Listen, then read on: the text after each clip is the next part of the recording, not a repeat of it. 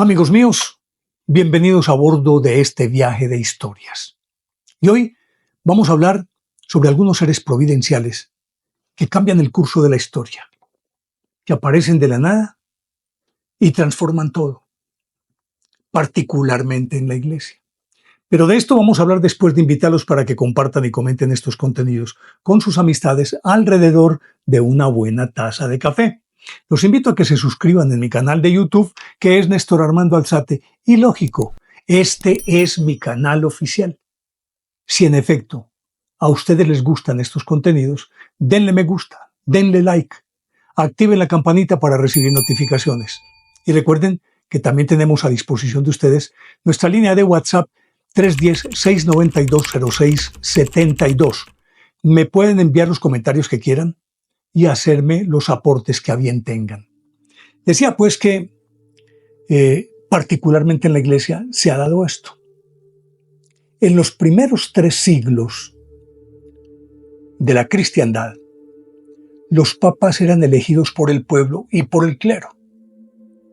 Habitualmente se reunían en asamblea, en un campo abierto, en Roma por supuesto, y ahí discutían los nombres de los candidatos que debían ser buenos padres, buenos esposos, buenos hijos, líderes proactivos y empáticos, tenían que ser virtuosos, que eran modelo de moral, es decir, tenían que ser unas personas supremamente rectas.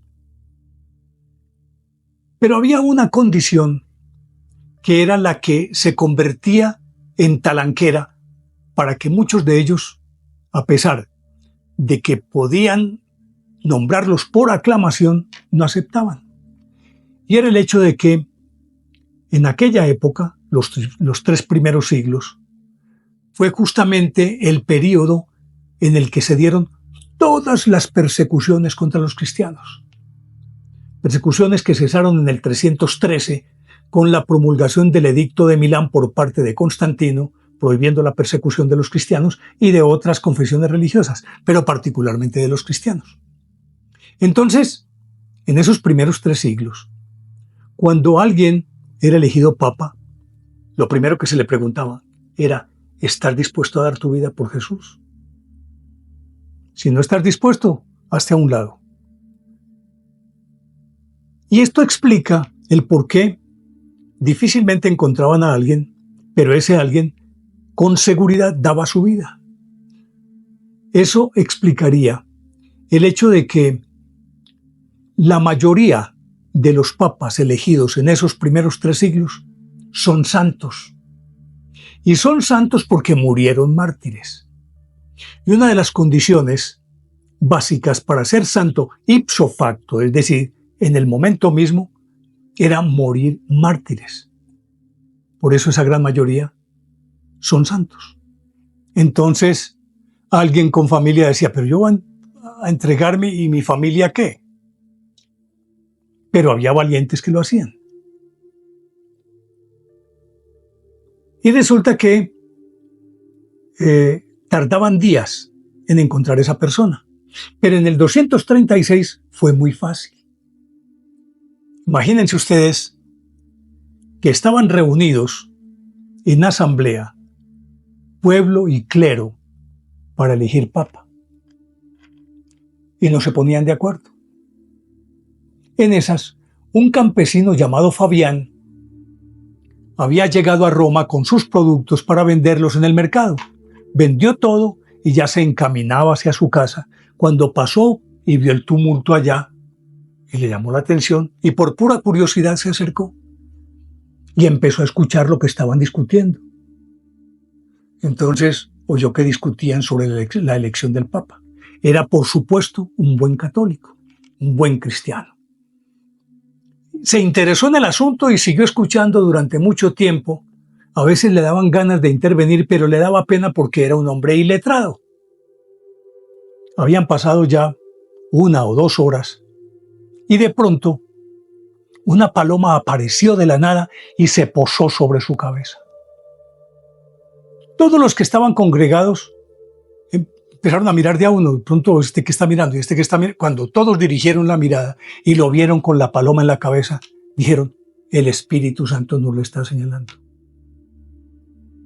Y era apenas comprensible, recordando que siempre por antonomasia la paloma es el símbolo del Espíritu Santo. Recuerden aquella paloma de Moisés y luego la que desciende sobre Jesús en el bautismo, en Pentecostés.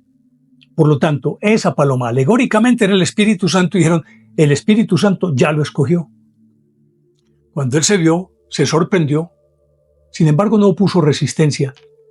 Se dejó llevar y ese mismo día lo ordenaron diácono, sacerdote, obispo y lo eligieron papa. Pues Fabián resultó un muy buen papa. No era un tipo letrado, pero de una sabiduría poco común. Y dejó buena huella con su papado. De hecho, fue el que distribuyó a Roma en 7 distritos y puso al frente de cada distrito un diácono para que administrara las 7 secciones en las que dividió. Y promulgó otras cosas bien interesantes y dejó su huella. Gobernó 14 años la iglesia, del 236 al 250. Y por supuesto, murió mártir, tal cual su antecesor que había sido San Antero, que había muerto mártir, a quien él había reemplazado. Pues murió mártir porque en el 250 se exacerbó la persecución contra los cristianos por parte del emperador Decio y murió. Pues con el paso del tiempo, imagínense ustedes, después de San Fabián pasaron siglos, ya pasó el milenio. Y en el año 1268 había 2 bloques muy fuertes. Ya había colegio cardenalicio, los franceses y los italianos, y no se ponían de acuerdo para elegir papa. Se habían reunido en Viterbo, pero en aquella época no había cónclave. Se reunían, discutían, iban, volvían, y eso dilataba las sesiones. Y en este caso, en esa puja por el poder, no habían podido elegir papa en 3 años. Esto fue en 1268. Llegó un momento en que la turba enervada llegó hasta el extremo de destechar el palacio de Viterbo en donde estaban reunidos. Y estaban a punto de lincharlos. Como ellos se reunían una semana y desaparecían 1 mes o 2 meses, los habían cogido ahí y dijeron, tienen que elegir. Pues dijeron, ¿y a quién elegimos? La sede vacante llevaba 3 años. Eso hacía que había muerto Clemente IV, el que estaba en el trono. Como para zanjar la situación, eligieron a un archidiácono llamado Teobaldo Visconti. Teobaldo Visconti en ese momento se encontraba en la ciudad de Acra, en Palestina, porque el papa anterior, Clemente IV, lo había nombrado su legado papal en la 9ª cruzada. Imagínense, habían transcurrido 3 años. Pues inmediatamente mandaron un mensajero que tuvo que viajar en postas, es decir, bajarse de un caballo y subirse al otro y dele hasta que llegó allá. Le dijo que lo habían elegido papa y a él le tocó regresar a marchas forzadas. A él lo habían elegido el 15 de septiembre de 1271 y el cónclave estaba, los cardenales estaban reunidos desde 1268, se suponía que estaban en acción para elegir papa. Pues él logró regresar y llegó, pues imaginen una distancia de esas, llegó a principios de 1272 a Roma. Lo ordenaron sacerdote y obispo y fue entronizado como papa el 27 de marzo de 1272 y gobernó la iglesia con el nombre de Gregorio X. De hecho, uno de los primeros actos que él ejecutó es que en adelante esos cardenales tenían que reunirse en un sitio cerrado y no podían salir hasta que no eligieran papa. de alguna forma fue el que, digámoslo, instituyó el cónclave. No podían salir sin haber elegido papa. Gregorio X, cuyo nombre de pila era Teobaldo Visconti.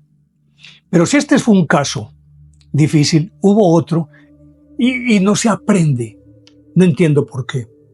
Porque muy cercano en el tiempo. Este fue elegido en 1272. Pues resulta que en 1294 había una confrontación entre dos familias italianas, los Orsini y los Colonna, que eran riquísimos y se estaban disputando el papado y no se ponían de acuerdo. Llevaban 27 meses sin elegir papa. Y decían, ¿qué fórmula encontramos? Como que no quede para ustedes ni quede para nosotros, pero que podamos manejarlo. Y se acordaron que en ese momento uno de los hombres más reconocidos y populares se llamaba Pedro Morone. Era un ermitaño que vivía en la cima de una montaña y llevaba años sin hablar con nadie, pero años eran años. Pero era un hombre supremamente piadoso, extremado en su penitencia, flagelación, ayuno, y por lo tanto era enteco, flacucho, demacrado, desnutrido, imagínense ustedes. Dijeron, ¿por qué no lo elegimos a él? Si el pueblo lo quiere tanto, ¿por qué no lo traemos? Y él no nos dura mucho porque ese ya no aguanta nada. Pues fueron por él, y aunque se opuso vehementemente, al final lo convencieron y lo trajeron y lo coronaron papa. Entró a Nápoles montado en un burrito como Jesús a Jerusalén. Lo eligieron papa y ese fue Celestino V.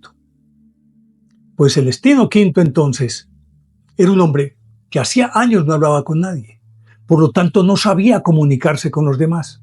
Aparte de eso era supremamente tímido. Y no solamente eso, sino que lo intimidaba el boato, la opulencia, el fasto de todos esos reyes, de los cardenales. Él no se sentía, pues es decir, no sabía qué hacer. Y ocurrió entonces que lo cogieron fue entre todos y empezaron a manipularlo. Y como no tenía ni idea de cómo funcionaba ese complejo de la iglesia, a todos les decía que sí. Entonces todos se aprovechaban de su candidez y le sacaban los permisos y las bulas que ellos necesitaban para legitimar muchísimas cosas, hasta que ya él no se aguantó. Por él habían ido en junio de 1294 y en diciembre él dijo, no, yo ya no puedo con esto, no puedo con esto. Reunió a todos los cardenales y les dijo, renuncio, me voy. Porque antes había emitido una bula mediante la cual él decía que el papa podía renunciar. Renunció. Reunidos todos, les dijo, renuncio, me voy.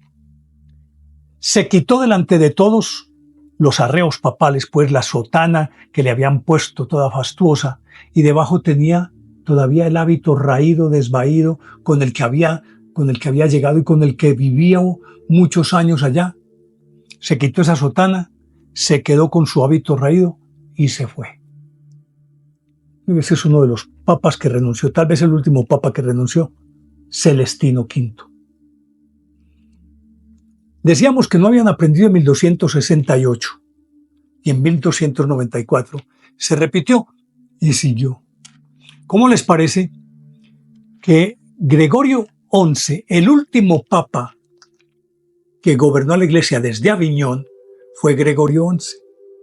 Recordemos que la iglesia estuvo 70 años en Aviñón y creo que 7 papas en ese lapso. Gregorio fue el último, que casi que regresó a Roma, el trono de San Pedro lo devolvió a Roma, forzado por Santa Catalina de Siena, que le había dicho, Dios me ordenó que te dijera que tienes que volver a Roma, y le dijo, tú soñaste hace unos meses así, esto y esto y esto y esto, y soñaste con que tenías que regresar a Roma, y le contó el sueño que él había tenido meses antes, y él se quedó estupefacto y dijo, sí, es una enviada de Dios. Él por fin regresó a Roma, y fue un sabor agridulce. Los romanos lo recibieron a medias, porque Roma en ese momento era una ciudad cuasi abandonada. Esperaban que él le devolviera el brillo a Roma, pero él no tenía con qué. Lo cierto del caso es que él murió un año después. A principios, él regresó a Roma en 1377. Murió un año después. Y comenzó de nuevo la pugna. Y si se había traído el trono desde Aviñón para Roma, entonces el bloque de los franceses pugnaba por devolver el trono de San Pedro a Aviñón. Y el bloque de los italianos, que era muy, muy fuerte también, peleaba por mantenerlo en Roma. Y en medio estaba el pueblo. Y el pueblo estaba enardecido. Hubo, digámoslo, casi que una revolución. El pueblo, después de que llevaban varios años también discutiendo sobre ese pontífice, pues el pueblo les exigía que tenían que elegir a un romano, y si no romano, por lo menos italiano. Pero resulta que había dos candidatos italianos. El uno era el cardenal Tebaldeschi, que era muy viejo, no era garantía de nada. Y el otro era supremamente joven, era Orsini. Pero los franceses no se iban a dejar quitar esa presa tan apetecida. El pueblo enardecido entonces exigía y exigía y exigía que eligieran papa. Ya para entonces había transcurrido más de un año. Así las cosas, dijeron, busquemos un candidato de transición, que podamos elegirlo, porque esta turba nos va a linchar, y que sepamos que no va a afectar los intereses de ninguno de los dos bandos. Se fijaron en un oscuro arzobispo, que era un funcionario, un burócrata de la curia, y trabajaba en ese complejo de la curia, pero digamos, por un archivo, un personaje que nadie conocía. Al parecer era un hombre inteligente, pero más que inteligente, lo que necesitaban era ponerle la tiara. No sé si ya existía la tiara. En fin, tenían que coronar a alguien en ese momento para quitarse al pueblo de encima, y ese, por lo menos, llenaba el requisito que estaban exigiendo, que estaba exigiendo la gente de Roma, por lo menos que fuera italiano. Pues trajeron a este, que se llamaba Bartolomeo Prignano, un discreto burócrata, pues, curial, y no representaba peligro para los intereses de ninguno de los dos bandos. Lo eligieron papa. Pero este Urbano VI le salió general, porque ese fue el nombre que adoptó, Urbano VI. Lo eligieron el 8 de abril del año 1378. Pues, una vez elegido, este tipo se ensoberbeció, se volvió pues un pavo real, no había cómo arrimarle, insultaba a los cardenales, los humillaba, los hacía arrodillarse, se volvió un tirano, un tipo odioso, absolutamente odioso. Entonces, los cardenales se reunieron en los meses siguientes en cónclave y dijeron que elegían un nuevo papa, porque Urbano VI no era un papa legítimo, y no lo era porque ellos lo habían nombrado, lo habían elegido, presionados por el pueblo, con miedo a que los mataran a ellos, y que por eso lo eligieron.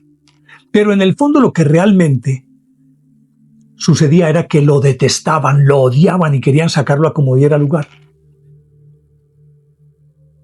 Ese fue el comienzo del cisma de Occidente. Porque resulta que él gobernó la Iglesia hasta el 15 de octubre de 1389. Pero ahí empezó el cisma de Occidente, época en la que la Iglesia tuvo hasta 4 papas. Esa es otra historia que les tengo que contar. Pero precisamente por la prepotencia, la arrogancia y la soberbia de este individuo, entonces hicieron otro cónclave y nombraron otro papa. Ya eran dos papas. Pero esta es harina de otro costal que se los voy a contar en otra oportunidad. Quería con estos 4 ejemplos contarles, y esto obedece a inquietudes que me han planteado varias personas que me preguntaban, ¿quién puede ser papa? Con estos casos que he mencionado, Fabián, que era un campesino, Petro Morone, que era un ermitaño, Tevaldeschi, que apenas era un archidiácono por allá, y Bartolomeo Prignano, Urbano VI, que simplemente lo cogieron como un muñeco para tratar de calmar las aguas y le resultó general. Esto quiere decir, y aún eso está vigente, que puede ser elegido papa cualquier persona, si sea un laico. Puede ser elegido papa, pero tiene que ser alguien extraordinario, absolutamente extraordinario. No existe una ley canónica que diga que no puede ser alguien que no sea de la Iglesia, pues es que puede ser un laico. Pero sí hay una cosa, que si lo fueran a elegir, ya existe una normativa que antes no existía así de manera taxativa, y es que tiene que cubrir todos los pasos. Antes de pronto se podrían saltar alguno. Tiene que ser ordenado diácono, sacerdote, obispo, cardenal. Ya no puede saltar de obispo a papa. Tiene que ser cardenal. Por lo tanto, si fueran a elegir a alguien de afuera, tendría primero que tener unas cualidades excepcionales, ser alguien superlativo y cubrir todo ese trayecto. No de otra manera podría ser nombrado papa. Pero en teoría, cualquier persona podría ser el papa. Pero lógicamente que no solamente es improbable en este momento, sino cuasi imposible que alguien de los que están en este momento en la carpeta para ser elegidos como papa, todos son cardenales. En la actualidad eso es imposible, pero teóricamente sí podría ser electo alguien que no perteneciera al cardenalato, que no fuera cardenal. Quería contarles esta historia y creo que así respondo a la pregunta que me han planteado varias personas en torno a esto. En efecto, sí puede ser elegido papa alguien que no pertenezca a los consagrados, pero eso es imposible. Llegamos al final. Espero que les haya gustado este contenido. De ser así, denle me gusta, activen la campanita para recibir notificaciones y les dejo la inquietud de siempre. ¿Les parece lógica o ilógica esta historia? Son ustedes quienes deciden y los espero en el próximo viaje de historias que con seguridad va a ser fascinante. Chao.